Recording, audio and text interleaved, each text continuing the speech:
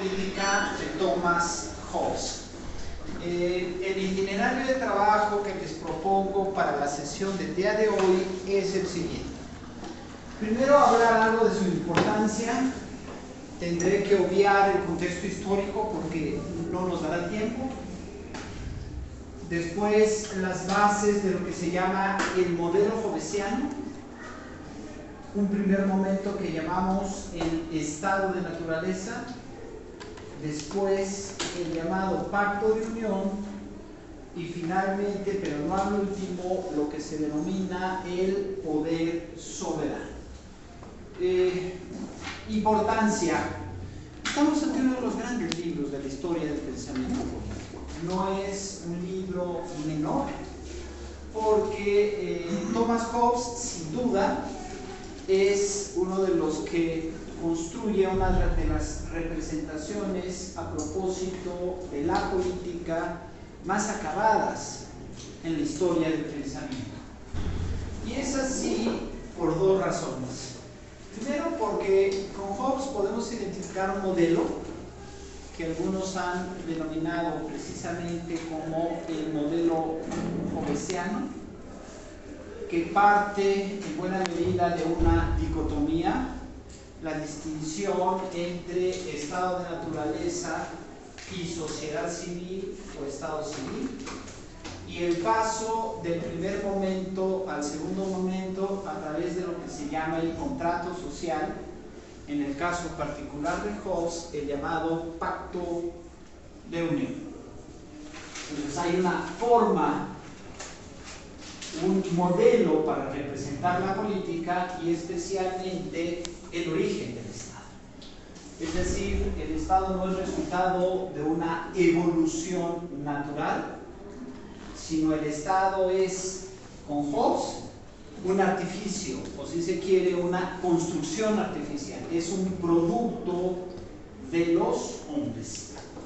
Y la segunda razón por la cual resulta relevante Thomas Hobbes es porque en su obra podemos encontrar los fundamentos del pensamiento absolutista, porque Thomas Hobbes defiende un modelo de política o más bien un modelo de Estado que sería el absolutismo.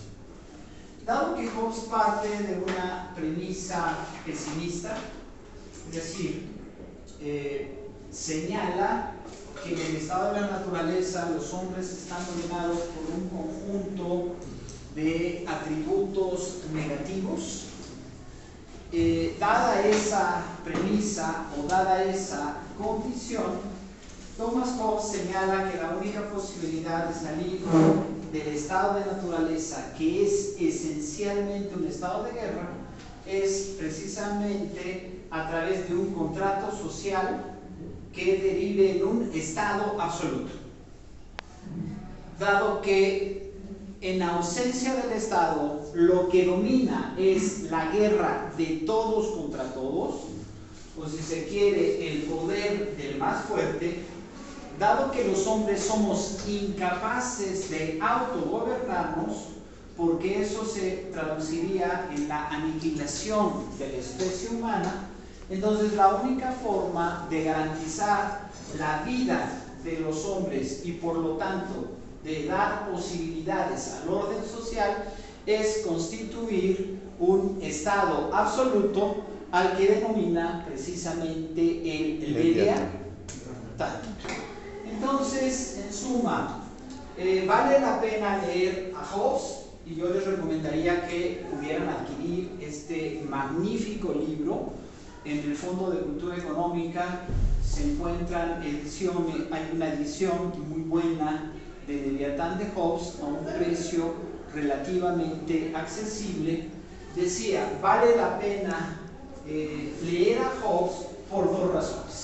Primero, porque hay un nuevo modelo sobre la política, que es el modelo hobbesiano, y en segundo lugar, porque ofrece una de las justificaciones más sofisticadas sobre el origen y el sentido del Estado.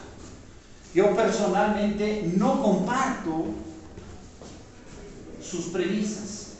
Es decir, no creo que la solución al problema del orden social sea instituir un poder absoluto. Pero mi distancia del pronóstico que elabora Thomas Hobbes no me lleva a desconocer que en Hobbes encontramos una de las justificaciones más elaboradas, o si se quiere, más sofisticadas, de justificación del orden político y del orden social a partir de la institución de un Leviatán. Entonces, sea por cuestiones teórico-metodológicas su modelo, o sea por consideraciones que lleven a justificar el origen y el sentido del Estado, vale la pena leer a Thomas Hobbes. Hablemos un poco de lo que denominamos el modelo hobbesiano,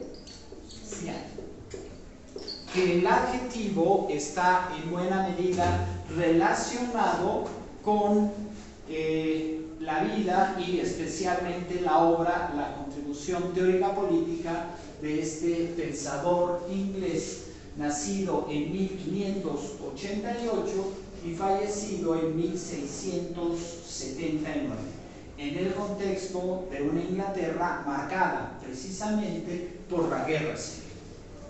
El modelo hobbesiano parte de una dicotomía, o si se quiere, de una oposición, de una contraposición.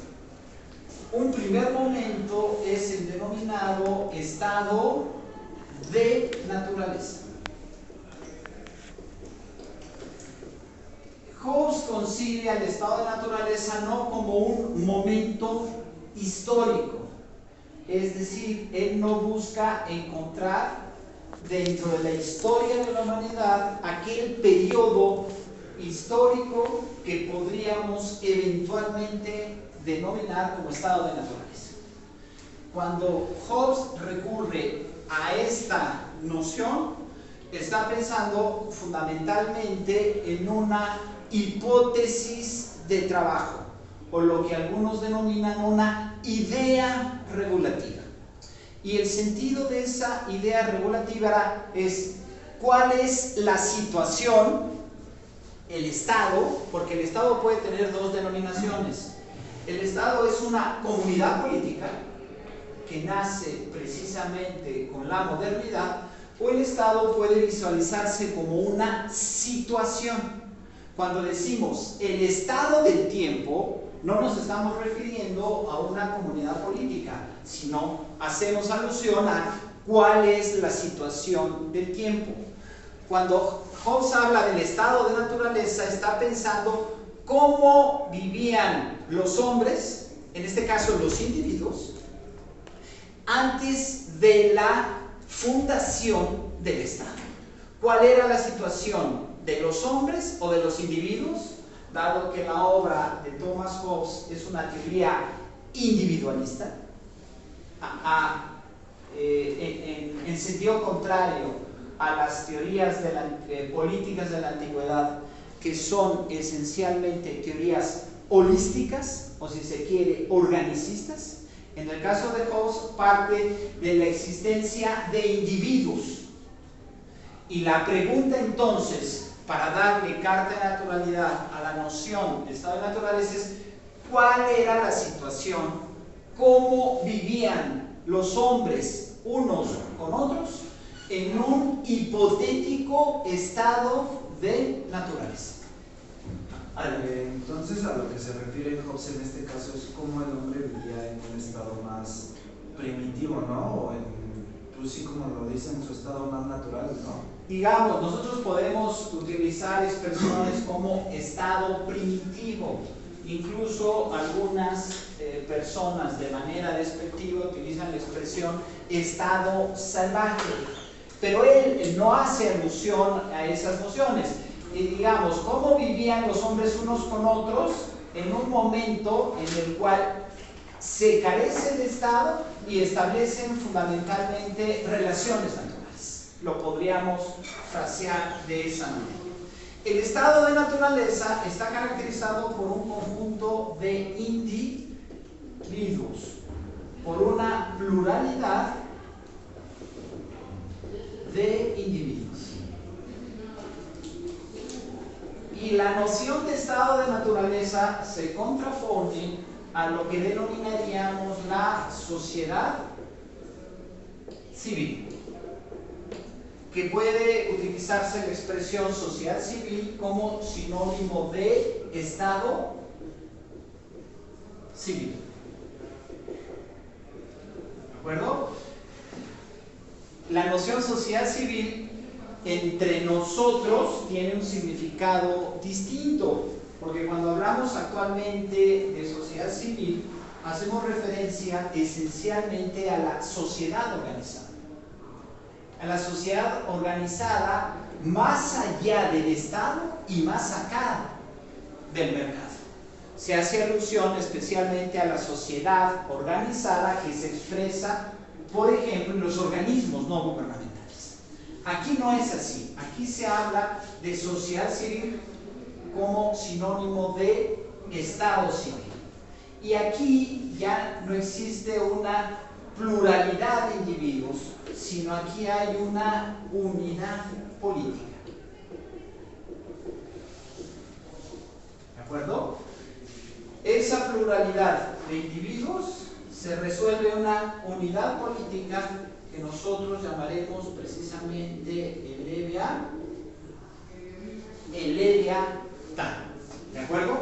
Ahora bien, la pregunta es, ¿cómo se da el paso del estado de naturaleza, que en el caso de Hobbes es representado como un estado de guerra, es decir, le da un atributo negativo, a la sociedad civil o estado civil, que es evaluado de manera positiva?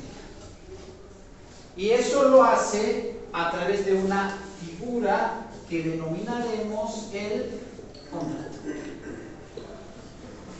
En el caso de Hobbes se denomina el pacto de unión.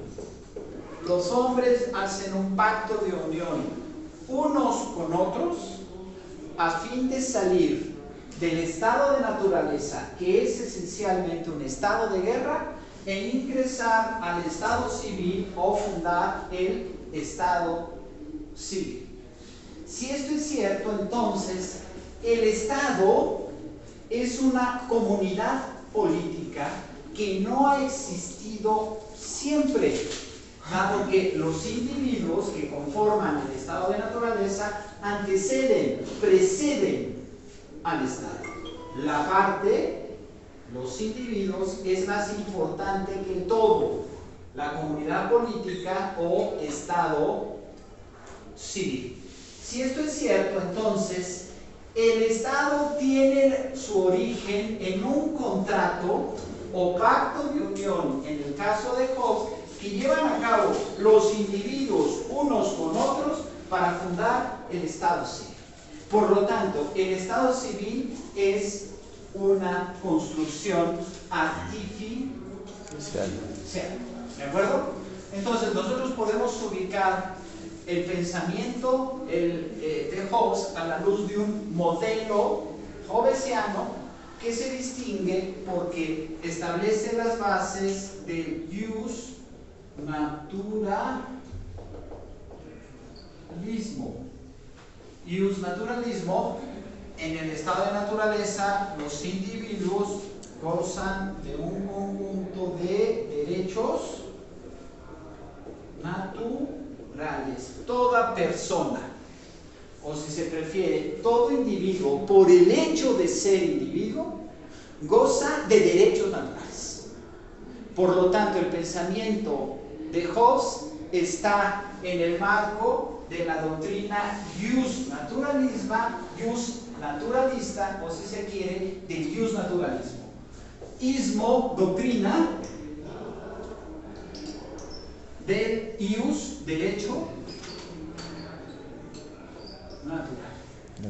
Ius naturalismo, doctrina del derecho natural, que es uno de los fundamentos en los cuales descansa la llamada doctrina de los derechos humanos. ¿no? ¿Dónde podemos nosotros encontrar las fuentes de los derechos humanos? En el justnaturalismo. En el hecho, una de las posibles fuentes, hay otras claves de interpretación de los derechos humanos, pero aquí lo que se parte es que de la premisa de que toda persona, por el hecho de ser persona, goza de un conjunto de derechos humanos. Por ejemplo, ya en la doctrina de los derechos humanos se dice que todo individuo por naturaleza es libre. Toda persona por naturaleza goza de la dignidad, goza de la libertad. Y por lo tanto, la esclavitud es algo que es contrario a la naturaleza de los hombres. En tanto que donde hay hombres, y hoy podríamos incorporar una noción más incluyente, es donde hay hombres y mujeres, hay un atributo que es precisamente la libertad. Es contrario a la condición humana la esclavitud. Pero también nosotros podríamos ubicar la doctrina de Hobbes en el contexto del contractualismo. Cuando hablamos de ismo, socialismo, liberalismo, republicanismo, comunismo, comunitarismo, anarquismo, etcétera, etcétera, estamos hablando de doctrinas. Pueden ser doctrinas políticas, doctrinas morales, doctrinas económicas, doctrinas filosóficas. Aquí hablamos de una doctrina del contrato social, ¿de acuerdo? Algunos dirían, el origen del Estado está en la violencia. La sociedad está irremediablemente escindida, fracturada, dividida en grupos, algunos dicen en clases. Marx desarrolla una teoría de la historia como una teoría de la historia de la lucha de clases, que a lo largo de la historia de la humanidad ha asumido diferentes formas. Aquí se parte de una premisa distinta. El origen del Estado no es la guerra. El origen del Estado no es el conflicto. El origen del Estado es un contrato, un pacto. Es decir, en el origen del Estado hay un acuerdo voluntario, racional, que llevan a cabo los hombres para salir de un hipotético estado de naturaleza y fundar el Estado civil, ¿no? Y la doctrina de Hobbes al mismo tiempo está en el horizonte del individualismo, la doctrina que da prioridad ontológica al individuo. La sociedad se compone de un conjunto de individuos. Los individuos gozan de derechos, de dignidad. La política se establece como una construcción humana de individuos. Entonces hay un giro copernicano, lo que llaman Norberto Bobbio, al paso de filosofías de naturaleza holística. Aristóteles ya nos había hablado de que el hombre es un animal social por naturaleza. Algunas traducciones utilizan la figura de un animal político por naturaleza, y aquí se parte de la premisa de que antes de la comunidad política o antes de la sociedad existe precisamente el individuo. Entonces estas serían como las premisas fundamentales a través de las cuales nosotros podríamos aproximarnos al pensamiento de Hobbes. Ahora, podríamos tejer un poco de manera más fina su teoría de la política a partir de sus distintos momentos. Vamos a ver.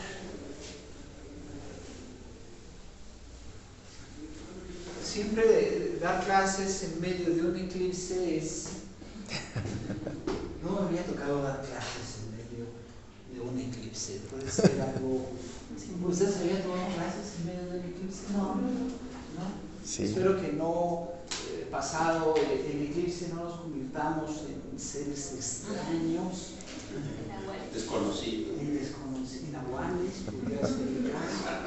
Bueno, ya después del eclipse veremos cuáles son las secuelas que dejó el mismo en la condición humana.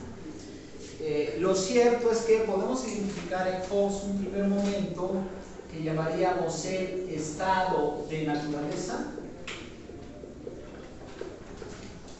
y un segundo momento al que llamaremos la sociedad civil, el estado civil. ¿De acuerdo? Hobbes parte de la existencia de un estado de naturaleza, donde hay un conjunto de individuos. Habíamos señalado que su teoría es una teoría individualista. Esos individuos por naturaleza gozan de un conjunto de derechos naturales. Donde hay persona, o si se quiere, donde hay individuos, hay derechos. Gozamos de derechos naturales.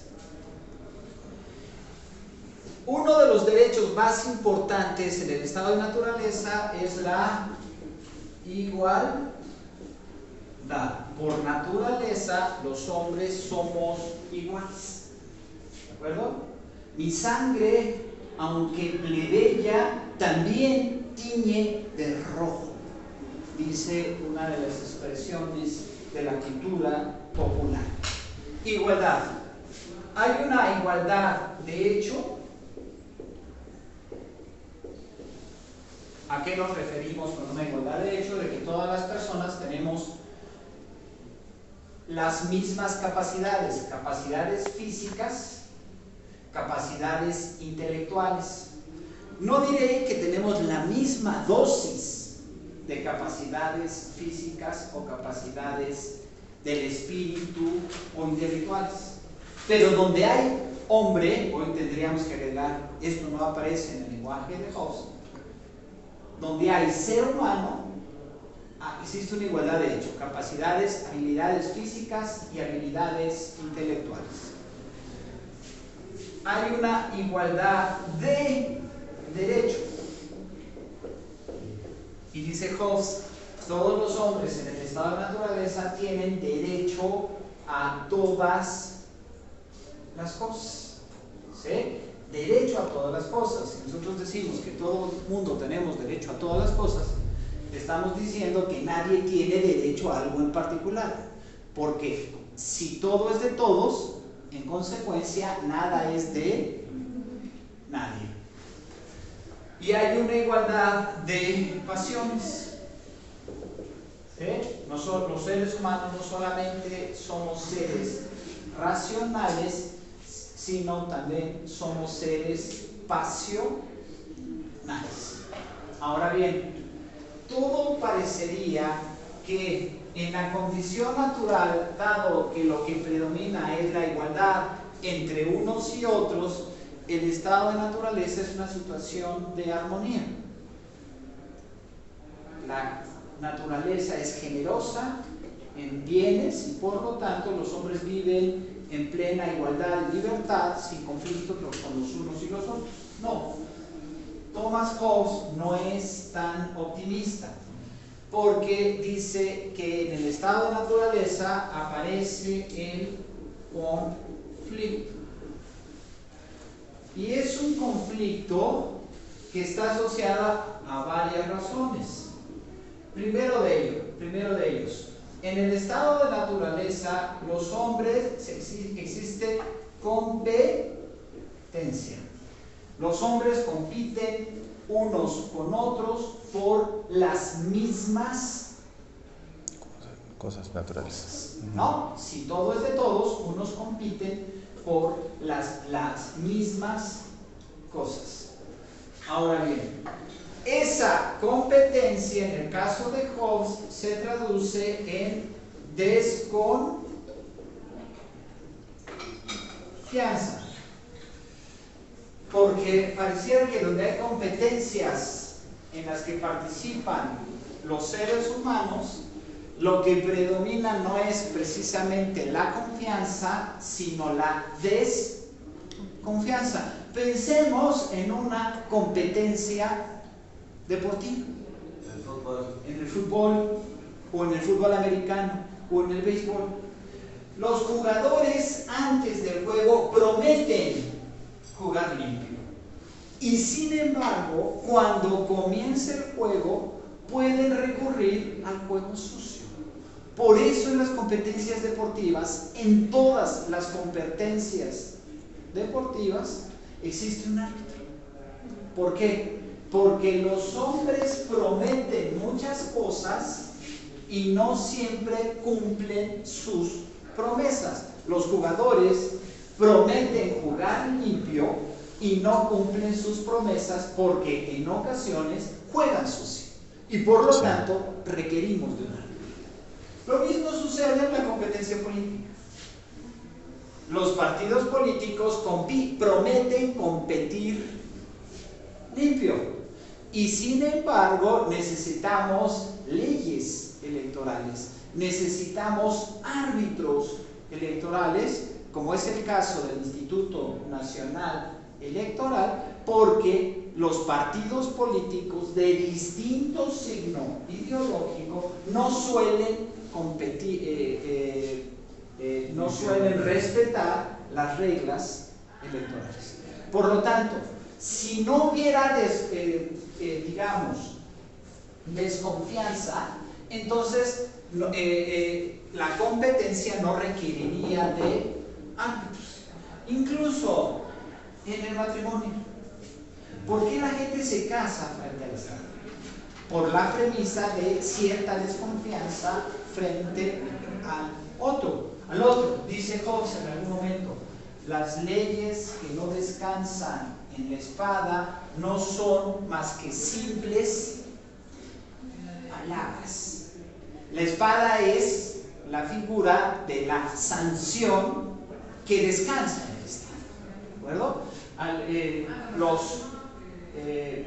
Aquellos que se van a casar prometen amarse, respetarse y ser fieles para siempre, pero los seres humanos no siempre cumplimos nuestras promesas. Y entonces aparece la espada del Estado como figura para castigar a aquel que viola su promesa. O el árbitro del fútbol tiene la tarjeta amarilla, o en su caso la tarjeta roja, para sancionar a aquel que prometió jugar limpio y en los hechos jugó sucio.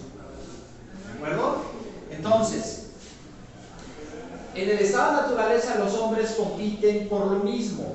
Eso genera desconfianza y la competencia siempre está asociada al honor, a lo que llamaríamos la reputación. La gente busca decoro, busca poner en alto su propia reputación. Bueno, y si agregamos que en el estado de naturaleza está dominado por las pasiones, entonces tenemos elementos para justificar que el estado de naturaleza no es precisamente un momento de armonía, sino el estado de naturaleza donde los hombres gozan de derechos naturales y por lo tanto los hombres se caracterizan por la igualdad. En vez de ser un momento de armonía entre los hombres, se convierte en un estado de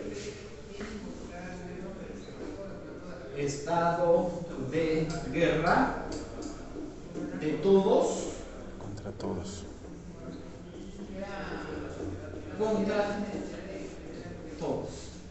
¿Qué es lo que nos está diciendo Hobbes? Que en la ausencia de Estado, cuando no hay Estado, lo que domina es la guerra de todos contra todos. Que cuando se da un tipo de guerra de esa naturaleza, domina la ley del más fuerte. Es un poco una representación de lo que son hoy las relaciones internacionales. Las relaciones internacionales serían en mucho sentido un estado de guerra. Lo vimos recientemente. El grupo extremista palestino Hamas lanzó una ofensiva en contra del Estado de Israel y el Estado de Israel reacciona además con una ofensiva brutal en contra de las comunidades palestinas radicadas en la Franja de Gaza y en Cisjordania. Eso es un estado de naturaleza de guerra, ¿sí? Donde ¿quién va a dominar? Pues va a dominar la ley del más fuerte. En este caso, ¿quién es el más fuerte? Pues va a ser el más fuerte Israel. Pero eso es lo que estaba buscando Hamas. Una reacción por parte del Estado israelita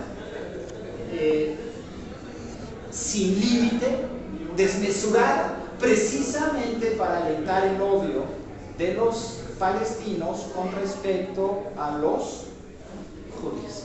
Ese es un ejemplo claro de lo que sería un estado de naturaleza. Y esta idea del estado de naturaleza como un estado de guerra parte de una premisa, la idea de que del homo homini lupus, es decir, el hombre como lobo del hombre. ¿Qué encontramos en Hobbes? En Hobbes encontramos una antropología filosófica, lo voy a decir de forma más coloquial. Encontramos en Hobbes una representación negativa de la condición. Es decir, ¿cómo nos comportamos los hombres en un estado natural? Nos comportamos como lobos unos contra otros. Es decir, lo que domina en la condición humana por naturaleza, según Hobbes, es la venganza, el odio, la traición.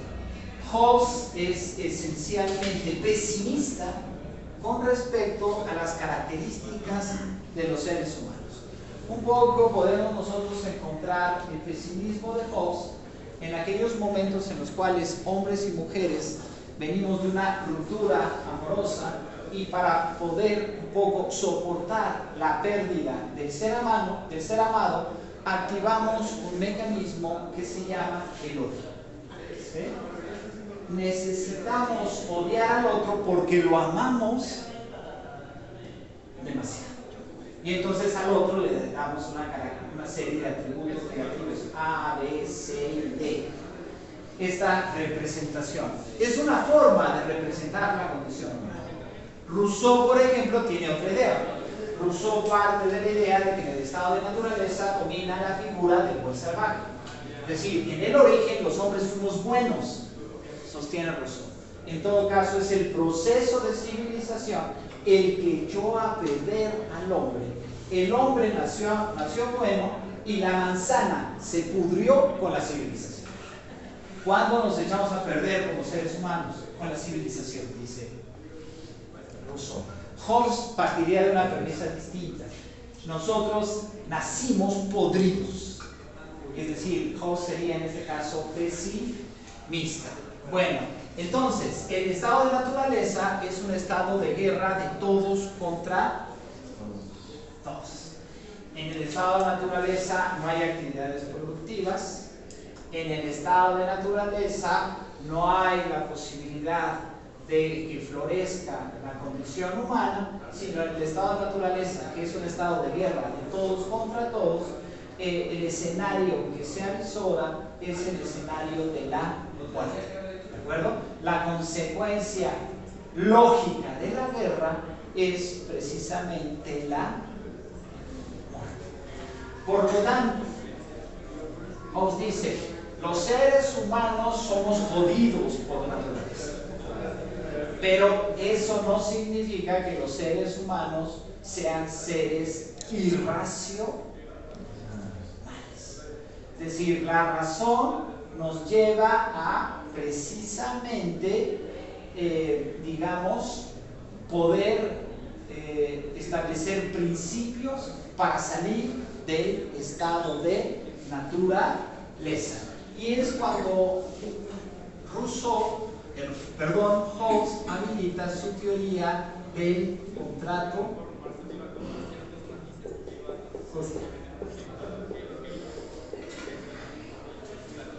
¿De acuerdo?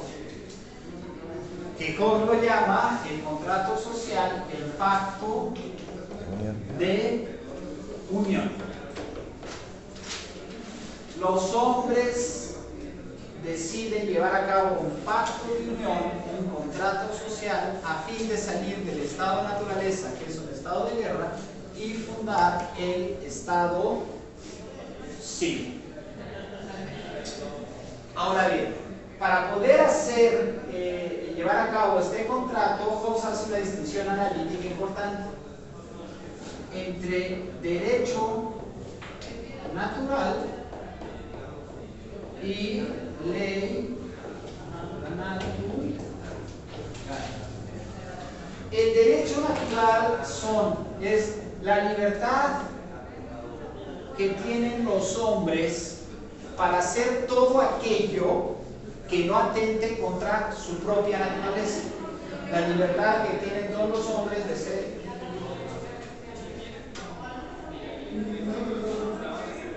jóvenes.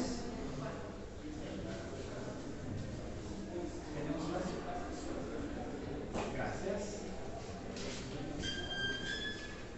La libertad que tienen todos los hombres en el estado de naturaleza para hacer todo aquello que no dañe a su propia vida.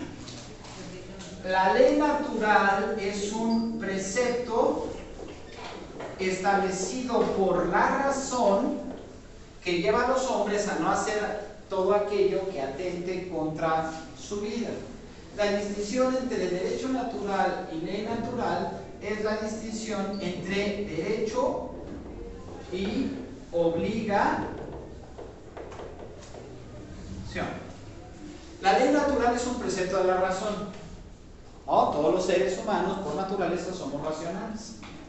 Y la razón nos dice que la primera ley de la razón, o la primera ley natural, porque Hobbes desarrolla un conjunto de leyes naturales, nos dice que la primera ley natural es buscar la paz.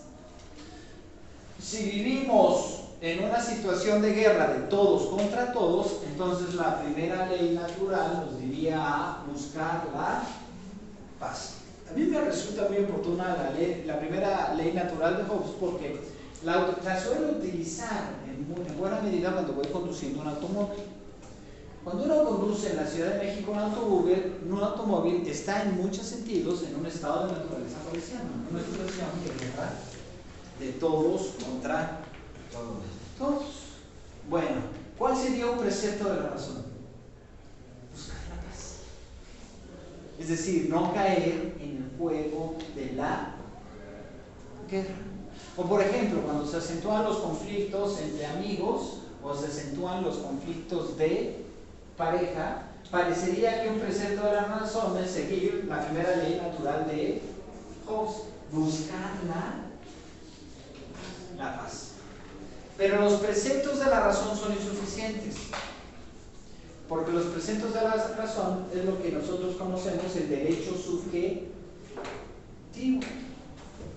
Pero la razón humana es insuficiente, porque los seres humanos no solamente somos seres racionales, sino también somos seres racionales. No siempre la razón suele dominar sobre las pasiones. ¿De acuerdo?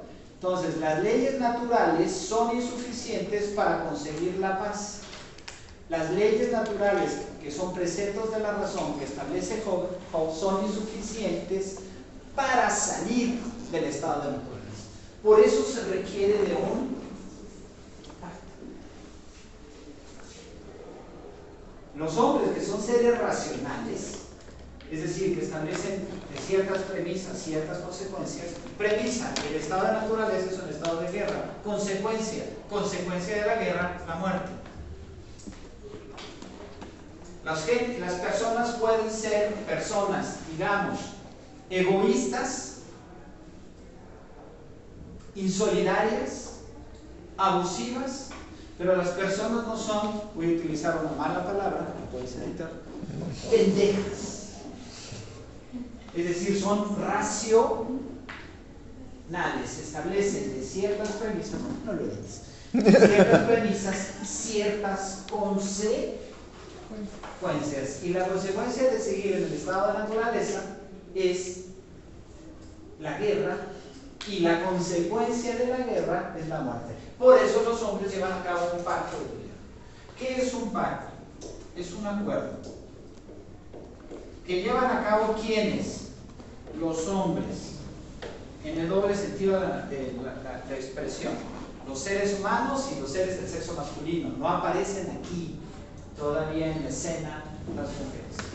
Es un acuerdo llevado a cabo por los hombres de manera voluntaria. Nadie los obliga, porque no hay nadie que pueda obligarlos más que su propia razón a cumplir los pactos.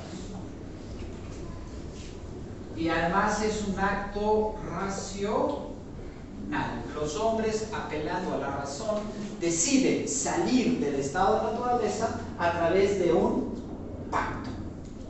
¿Sí? Es decir, si se dan cuenta que si permanecemos en esta situación, la consecuencia será la guerra, y de ello derivará la muerte de unos con otros. Ahora, quizás un comportamiento racional es que, por ejemplo, el comportamiento de los jóvenes están ligados con la delincuencia organizada, los sicarios. Uno diría, a ver, no es muy racional ese comportamiento de involucrarte con los grupos de la delincuencia organizada, porque tarde o temprano vas a morir. Pero ellos dicen, bueno, prefiero vivir 10 años como rey a vivir toda una vida como esclavo. Es un comportamiento racional, muy jodido, por supuesto, no estoy defendiendo bajo ninguna circunstancia, pero me parece un comportamiento racional que digo, prefiero vivir 3 o 4 años como rey, aunque sepa que mi vida será corta, porque hay estudios que demuestran que la vida de los jóvenes que se involucran con la delincuencia organizada no dura más allá de 5 o 10 años. Bueno, los hombres deciden pactar unos con otros, llevar un acuerdo voluntario, racional, para salir del estado de naturaleza y fundar el estado civil. Ahora bien, ¿en qué consiste ese acuerdo? Que renuncien a sus derechos. Ese acuerdo consiste en que todos los hombres, dice Hobbes, todos los hombres renuncian a todos sus derechos naturales. Los derechos naturales son libertades,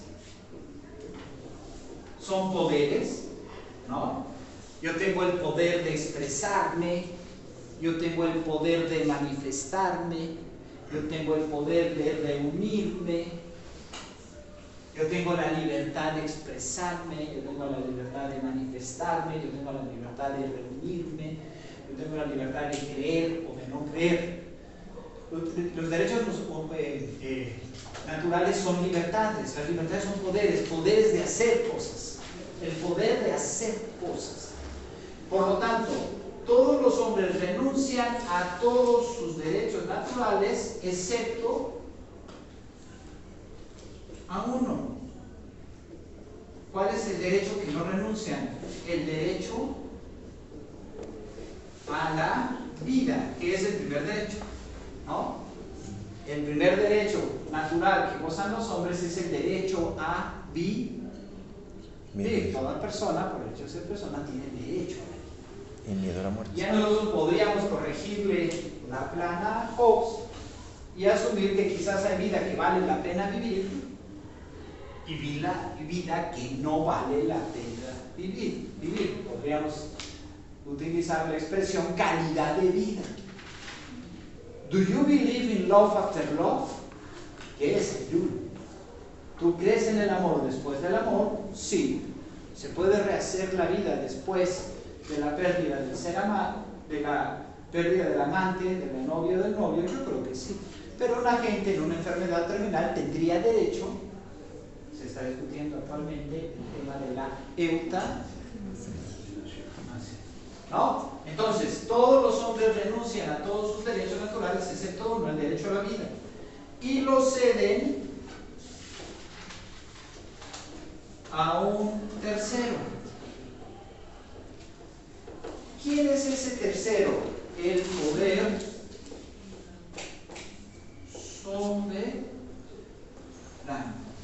¿Quién puede ser el poder soberano? Una persona, monarquía o una asamblea de personas, aristocracia o democracia, diría en este caso Thomas Hobbes.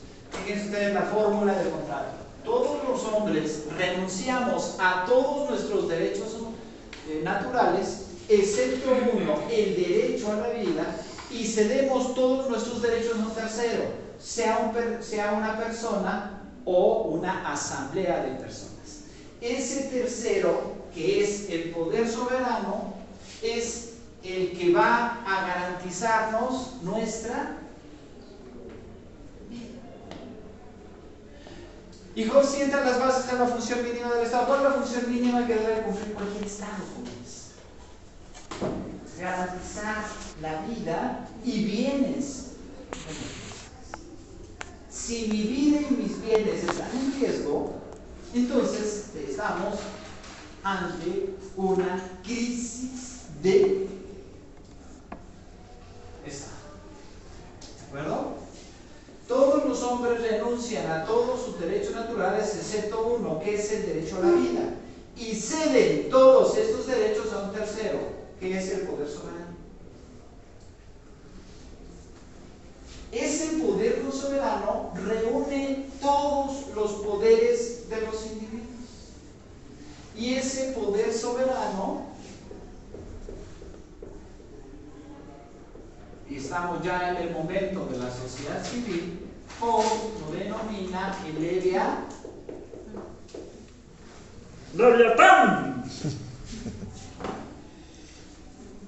Y vean ustedes la imagen más conocida en la historia del pensamiento político, que es la imagen de Leviatán. ¿Alguien compró el libro, jóvenes? ¿No? Sí, yo sí lo tengo. No, sí lo tengo, pero leí la... Esa es la imagen más conocida en la historia de la política. Este es un monstruo mitológico que llamaremos el Leviatán, que se caracteriza porque el cuerpo de este monstruo es un conjunto de hombres.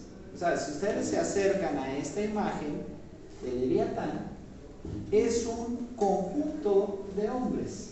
Los hombres renuncian a todos sus derechos naturales, excepto uno, que es el derecho a la vida, para instituir un tercero, un poder soberano, que llamaremos el Leviatán. Este Leviatán tiene una espada en la mano.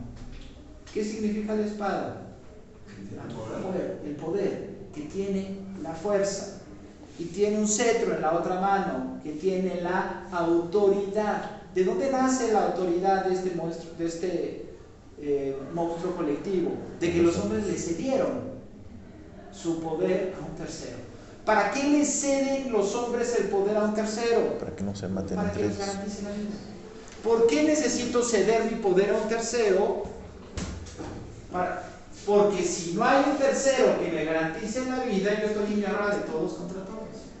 O sea, sin necesidad de... Lo que está diciendo Hobbes en pocas palabras es que en ausencia de un Leviatán nos mataríamos unos con otros. Y para que no nos matemos unos con otros, necesitamos el Estado. ¿Bajo qué forma? Bajo la forma del Leviatán. La única forma de garantizar la vida y el orden es el Leviatán.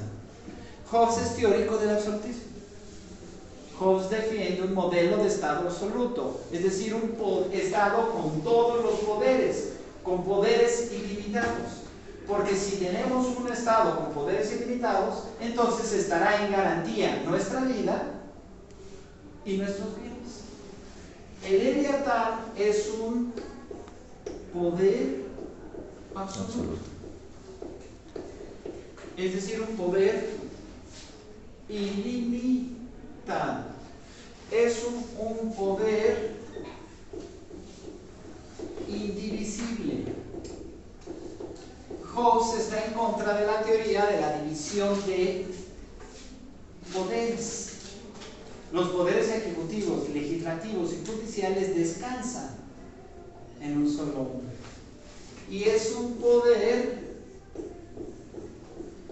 irresistible.